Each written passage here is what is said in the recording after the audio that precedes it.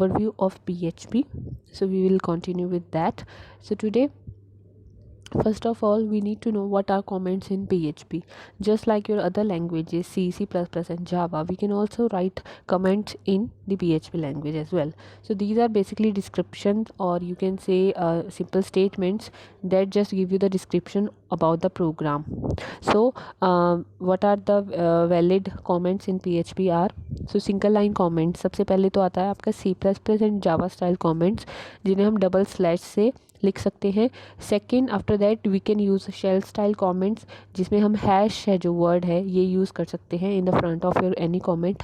फिर उसके बाद आपका आ जाता है मल्टीपल लाइन कमेंट्स, जिसे हम सी स्टाइल कमेंट्स भी कहते हैं. इसमें हम whatever you want to write will be written between these tags, that is आप slash star and star slash के बीच में आप कुछ भी लिखोगे, then that part will become the comment section. ठीक है, तो कमेंट्स बेसिकली हम यूज़ करते हैं आपके प्रोग्राम में किसी भी चीज़ को के बारे में एक छोटा सा डिस्क्रिप्शन प्रोवाइड करने के लिए.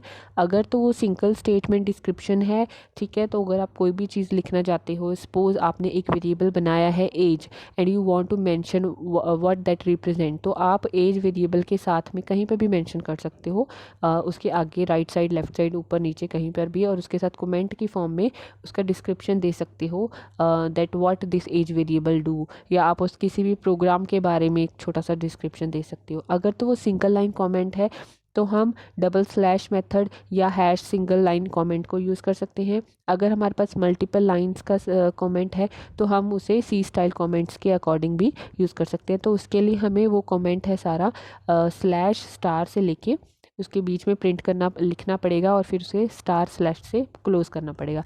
सो this is how we write comments in PHP.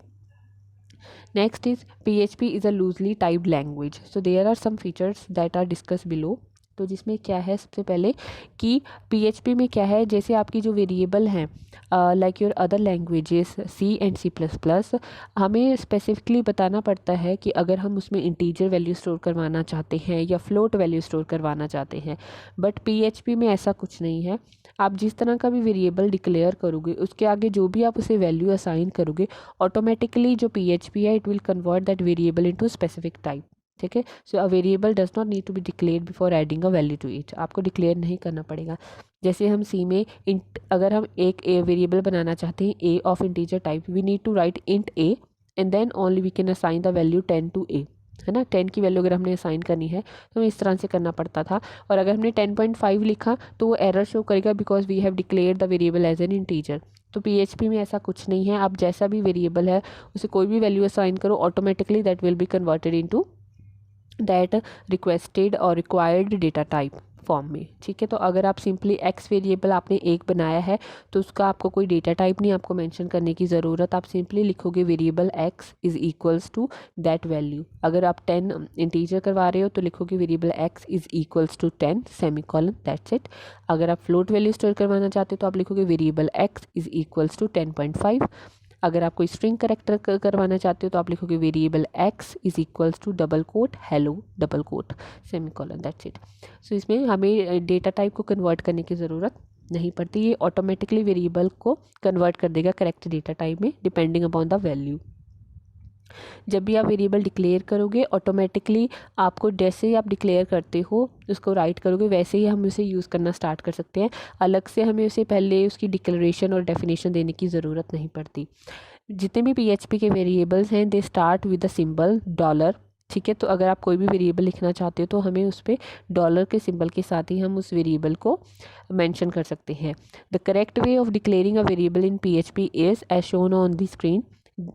Dollar का सिंबल आएगा, आफ्टर दैट हम उस वेरिएबल का जो नाम है वो आ जाता है. आप वेरिएबल का नाम के लिए आप a to small z and capital A to capital Z या 0 to 9 कुछ भी यूज़ करके उस वेरिएबल का नाम दे सकते हो. You can also use underscore between, but there are some rules. No variable name should be start from the digit. Digit से कभी भी वेरिएबल का नाम स्टार्ट नहीं हो सकता, ना ही अंडरस्कोर से हो सकता है. Underscore and hyphen can be use between the alphabets के बीच में आप यूज़ कर सकते हो. डिजिट्स को आप इन बिटवीन या लास्ट में यूज़ कर सकते हो, बट आप उससे स्टार्ट नहीं कर सकते.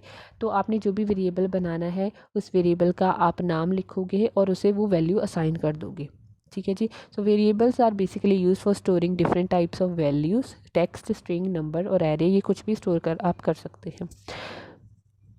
So here is the example of PHP variable. It will give you more clear drawing of this, what are the PHP variables. So as you can see in the diagram,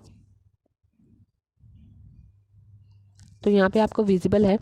सबसे पहले हमने एक variable बनाया है a, ठीक है। तो हमने यहाँ पे चेक कीजिए, हमने कोई इंटीजर, कोई फ्लोट, कोई इसी तरह के भी उसका डेटा टाइप नहीं मेंशन किया, हमने डायरेक्टली उसे वो वैल्यू असाइन कर दी।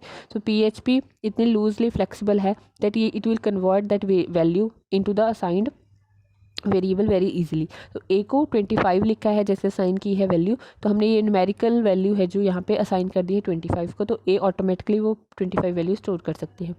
नेक्स्ट स्टेटमेंट हमने एक बी वेरिएबल बनाया और उसने हमने स्ट्रिंग वेरिएबल है जो असाइन कर दिया है, तो ये भी ऑटोमेटिकली कन्वर्ट हो गया है, बी अब स्ट्रिंग डेटा टाइप स्टोर कर रहा है। और जो सी वेरिएबल है वो किसी तरह का भी फ्लोट वेरिएबल है, स्टोर कर सकता है। You can use interchangeably. अगर आपने ए वेरिएबल को 25 स्टोर किया, नेक्स्ट लाइन में आप ए वेरिएबल में हेलो भी स्टोर करवा सकते हो, it will not show any error. Now just ये होगा कि आपके ए वेरिएबल में अब पहले वाली वैल्यू है ओवरराइट हो जाएगी, 25 की जगह हेलो वर्ड है वो स्टोर करवा सकता है। सो इस तरह से आप numerical value, string value, float value या कोई एरे, ऑब्जेक्ट, क्लास, कुछ भी आप वेरिएबल में स्टोर करवा सकते हो। We don't require any kind of conversion from a particular data type to other data type, इसमें कोई ज़रूरत नहीं पड़ती। ऑटोमेटिकली जैसे ही आप लिखोगे it is ready to use, आप कभी इसे यूज़ कर सकते हो, ऑटोमेटिकली आप यूज़ कर सकते हो। आफ्टर दैट हमने इको कमांड से, जो हमारी प्रिंटिंग के लिए यूज़ होती है, as we discuss in the previous lecture, print command होती है ये।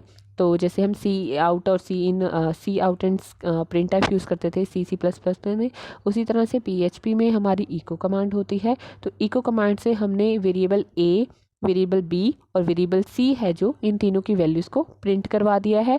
Since PHP is embedded into HTML tags, तो हमने यहाँ पे HTML की बॉडी और ये दो टैग्स यूज़ करके PHP के कोड में हमने उसे PHP के कोड को उस HTML टैग्स के बीच में इम्बेड कर दिया है, और साथ में हम इनकी ब्रेक स्टेटमेंट्स भी यूज़ कर रहे हैं। So it is visible in the program. So a variable की जो वैल्यू थी वो, और बी वेरिएबल की जो वैल्यू थी, सी की जो वैल्यू थी वो as shown according to the print command के अकॉर्डिंग आपकी स्क्रीन पे प्रिंट हो जाएगी। और आउटपुट है जो आपको below the program is visible, number is variable A. Now variable A में क्या स्टोर है 25, that is why it is shown 25.